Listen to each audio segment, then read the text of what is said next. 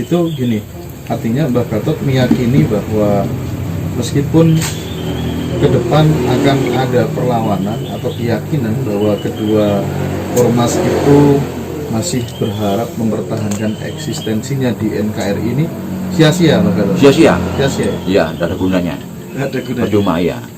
Mereka semacam apa ya, semacam keliru. Jadi itu gerakan dulu mau diulangi. Gerakan waktu Utoman itu, yang masuk Demak itu. Oke. Terus begitupun pula dengan keyakinan beberapa pihak barangkali atau kelompok ketika meyakini bahwa Sabdo Palon akan turun dari Gunung Merapi, naik ini menuntut kembalinya ajaran agama Budi dan lain sebagainya, itu juga merupakan bagian dari sebuah halusinasi atau gimana, Pak? Lunda itu betul.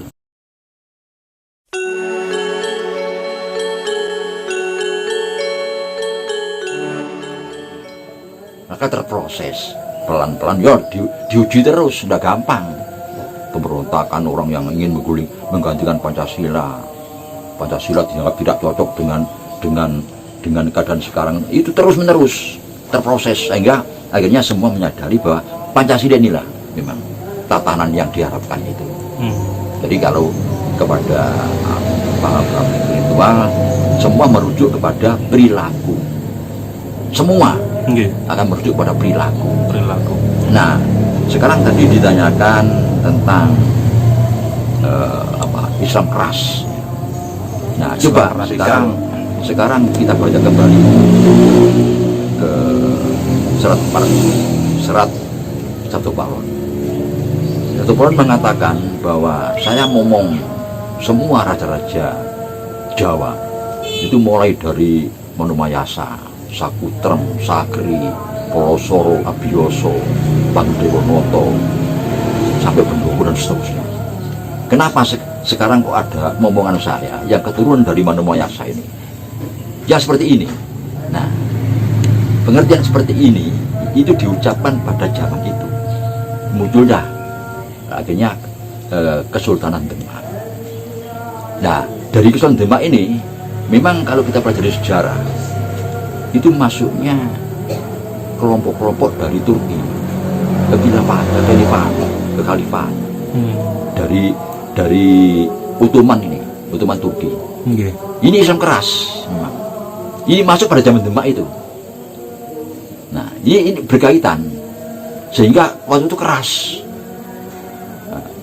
Demak. Tapi akibat dari kata-kata Sabdo Palon ini akhirnya Demak kan cuma 30 berapa itu usianya. Demak itu 35 tahun. Nah, Demak itu berarti pimpinannya, kesultanannya model Ottoman, kekhalifahan Ottoman Turki. Nah, ini yang dilawan memang. Tapi akhirnya pada setelah 35 tahun Demak itu memerintah dari 1500 diberikan tahun 1500 Masehi ya, munculnya Pajang. Nah, di dalam apa ya, sejarah itu disebutkan bahwa Pajang ini penganut Syekh Jenar dan Demak penganut Sunan Kudus. Itu kalau dalam apa ya, sejarah di masyarakat. Sehingga anak dari semua yang di Demak ini murid Sunan Kudus. Nah, ini akhirnya ditumbangkan oleh murid Syekh Jenar. Lahirlah Pajang yang dipimpin oleh Adiwijoyo atau nama lainnya Karebet Joko Tingkir itu. Nah, ini mematahkan dari apa, kekhalifahan Ottoman yang di Demak ini. Itu kalau menurut sejarah di masyarakat. Nah, dari munculnya garis Syekh Jenar ini akhirnya ditumbangkan oleh garis dari Wali Songo, dipimpin oleh Kalijogo, Sunan Kalijogo, sehingga netral. Lahirlah Mataram. Nah, kalau Pajang ini hanya 18 tahun. Nah, sedangkan Mataram ini lama. Mataram, Kartosuro, Surakarta. Ini sekitar 146 tahun. 140 tahun. Jadi ya, sekitar 150 tahun. Jadi Mataram, Kartosuro, Surakarta ini sekitar 152 tahun. Lahirlah Perjanjian Giyanti. Sudah setelah Perjanjian Giyanti terpecah menjadi 4, ada Kesultanan, Mangkunegaran, Pakubuwono, Pakualam ya. Dan semua yang sultan mau dirobatkan menjadi sultan harus izin Belanda. Ini ya termasuk kita dijajah Belanda itu. Nah, ini yang menarik. Jadi kembali bahwa saya katakan tadi bukan absurd ya, tapi memang remang-remang antara sejarah dengan legenda. Sebentar, Pak Gatot. Iya. Dengan Sabtu Palon Naga Janji itu apakah ada kaitannya dengan Sabtu Palon perjanjian dengan Syekh Subagir, Pak Gatot? Nah, ya bisa terjadi karena namanya Syekh Subagir itu jelas Ottoman. Jadi Ottoman Turki yang masuk ke kita. Itu rupanya ada tokoh namanya Syekh Subagir itu, Ottoman Turki, kekhalifahan itu, sehingga seperti ada perjanjian. Nah, tapi di sini oleh para ahli-ahli sastra, para pujangga dan para spiritualis kita ya, itu hebatnya bisa memasukkan sejarah itu ke dalam satu legenda yang mengarah kepada spiritual. Karena apa? Sosok Sabdo Palon ini. Nah, Sabdo Palon ini kalau dinyatakan sebagai danyang tanah Jawa, ini artinya apa? Nah, ini kok sampai Sabdo Palon itu mengerahkan begasaan. Nah, ini yang tidak cocok. Jadi ini ada sesuatu yang memang ganjil, yang tidak bisa kita terima. Masa begasaan itu membantu kita? Artinya jin yang gentayangan, roh-roh ya itu membantu kita kan, bukan. Artinya begasaan ini itu waktu revolusi rakyat itu ikut. Tidak hanya militer, tidak hanya bekas-bekas kendil, tidak hanya dari apa yang dibentuk di Blitar itu, tentara dibentuk di Blitar itu, Supriyadi itu, peta, tidak hanya tentara pelajar, tidak hanya tentara yang dibentuk seperti resimen Rogolawi, tapi rakyat ikut. Orang di kampung-kampung itu ikut. Ini yang namanya begasaan itu ya, itu. Jadi bukan begasaan betul ya, bukan. Sebentar, Mbak Gatot. Gentayangan bukan. Itu artinya gini, Mbak Gatot. Apa? Iya. Dicabutnya izin teman-teman ormas seperti Hizbut Tahrir, kemudian Front Pembela Islam, itu sebenarnya merupakan sebuah manifestasi daripada kembalinya Sabdo Palon itu tadi, Mbak Gatot. Nah, kemungkinan ya kalau dikait-kaitkan bisa. Jadi mereka itu sepertinya masih mau melawan. Sabdo Palon dianggap sekarang ini sudah waktunya muncul kembali dan akan dilawan. Ya keliru, bukan begitu. Ya jelas bisa diterima. Karena apa? Karena kesepakatan 45 ya, merdeka itu sudah kesepakatan pada masa-masa Sabdo Palon dan Syekh Subagir. Itu tidak bisa dilanggar ini. Kemerdekaan itu tidak bisa ditawar lagi. Makanya Bunda mengatakan harus merdeka. Percuma siapapun mau melawan kita, mau melawan itu, tetap saya merdeka. Itu kan keyakinan Bung Karno, karena sudah diperjanjikan. Dan perang itu pasti menang. Nah, jadi selesai sudah. Tinggal terproses. Jadi rupanya seperti khilafah yang Hizbut Tahrir, terus FPI yang memecah belah kita, itu rupanya ya tidak ada artinya. Karena ini Pancasila sudah terproses berjalan sampai lama-lama diakui oleh bangsa Indonesia sebagai dasar negaranya, sebagai falsafah bangsanya.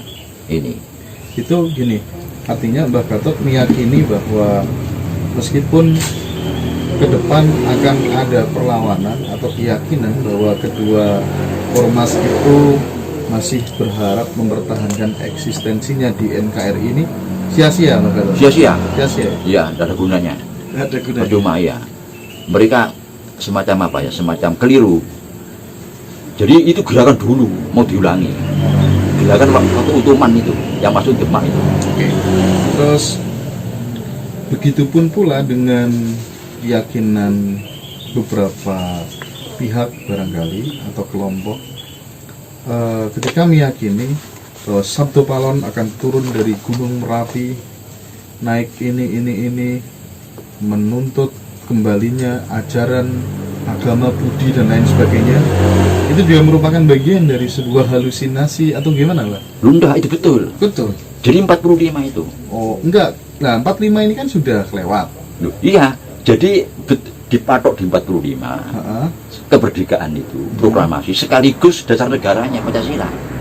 Oh. Nah, cuma berlakunya Pancasila ya, itu terproses untuk bisa diterima, bisa kuat itu. Jadi ini masih berjalan nih, berjalan proyeknya. dan ini sudah mulai apa eksis Pancasila itu Siap. sudah perlu diterima. Jadi kalau ada gerakan membuli Pancasila ya sudah tidak bisa. Betul. Kalau 500 tahunnya sudah 1945. 45 itu, iya. Cuman untuk aktualisasinya. Iya, tidak langsung Heeh. besar Oke, terproses. Oke. Jadi istilahnya begini, waktu itu katakanlah Pancasila betul itu dasar apa ya, Pancasila sebagai kepribadian kita, pandangan hidup kita, jiwa kita. Tapi sebagai dasar negara kan baru. Nah sekarang sudah dewasa Pancasila itu. Iya. Dewasa, sudah mandiri, sudah kuat Pancasila itu. Tapi Sudah kalau- bukan anak-anak lagi. Tapi kalau masih diasumsikan sebagai wujud physically begitu, Pak Gatot, atau roh leluhur begitu, sepakat nggak Pak Gatot bahwa Sabto Palon itu? Nah itu begini. Jadi tentang ini dulu ya, Pancasila itu bahwa nanti semua agama itu tidak berarti agama tidak ada, itu agama tetap bagus ya, cuma mengarah kepada perilaku luhur. Jadi tidak sekedar apa ya ritual, cuma nanti ujungnya semua agama itu mengarah pada perilaku luhur, terutama persatuan dan kesatuan bangsa. Gitu ya. Iya, Lebih persatuan dan dewasa kesatuan gitu umat ya. manusia dan persatuan dan kesatuan makhluk alam sudah ini, menjaga alam.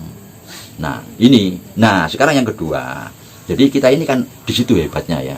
Jadi suatu kejadian ya, sebesar apapun bisa tarik kepada spiritual. Nah oleh karena itu yang namanya Sabto Palon ini kan sudah jelas di dalam serat Sabto Palon itu menyatakan bahwa saya ini adalah Kilura Semar. Kan jelas itu, saya ini adalah Ismoyo. Sosok yang sama. Iya. Nah, berarti itu pandangan spiritualnya itu Tuhan dalam diri kita. Jadi pengertian Sabto Palon di sini itu kalau ditarik kepada spiritual itu dan hidup di dalam diri kita. Sabto Palon sendiri mengatakan, akulah Kilura Semar.